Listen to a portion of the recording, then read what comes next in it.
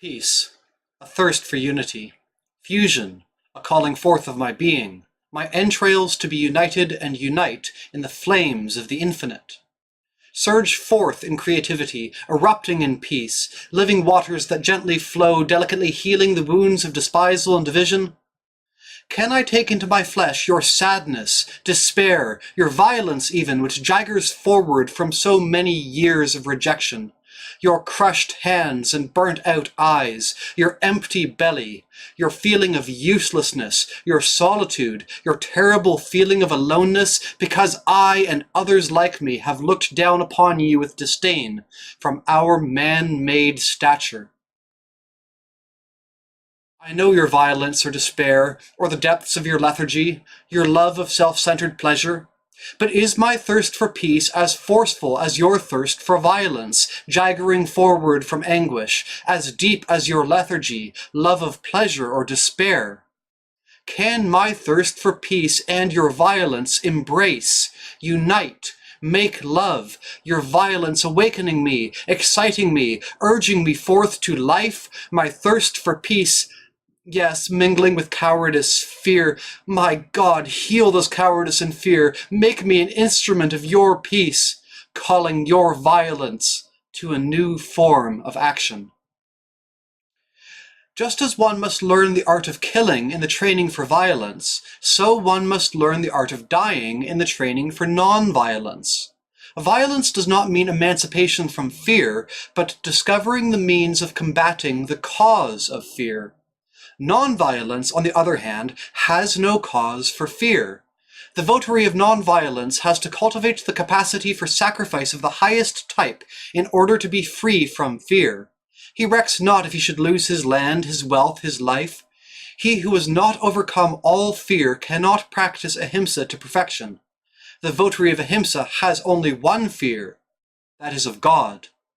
He who seeks refuge in God ought to have a glimpse of the Atman that transcends the body, and the moment one has a glimpse of the imperishable Atman, one sheds the love of the perishable body. I love you and your violence, for you have courage, not fearing death. You reject all that I reject. Hypocrisy, static security in possessions, complacency, indifference in face of so many afflicted. If I could have but some of your courage, I thirst for unity and need some of your audacity, which so often I lack. No compromise! My God, help me never to make alliances with forces of possession and human securities, but go forth with you in love to give my flesh with you, Jesus, in the struggle against hate, evil, egoism, for peace, complacency, injustice. And I believe in you, that you will give me this force and humility to be your instrument. The world is crying out in thirst.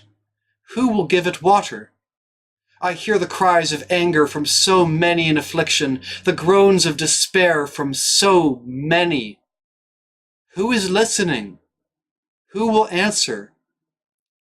Will you give your flesh? Do you know that that is why you have flesh? Not for miserable nights of man-made excited pleasure, the curse of sexual comings and goings, vomiting taboos in despairing nakedness, drunken love which soils the name, orgies of kisses reeking of death, smell of urine, sweat. But a flower, opening slowly, gracefully, answering your silent call, giving delicate petals and seeds for life, a scent that embalms, an incense calling me forth to a new form of violence, the violence of silence, giving my flesh to heal rejections, urging men to live as brothers, taking them into my flesh. Will they find in my flesh your spirit, Jesus, or do they find my pride, which is death? Your spirit, Jesus. Did you know that you have life to give it?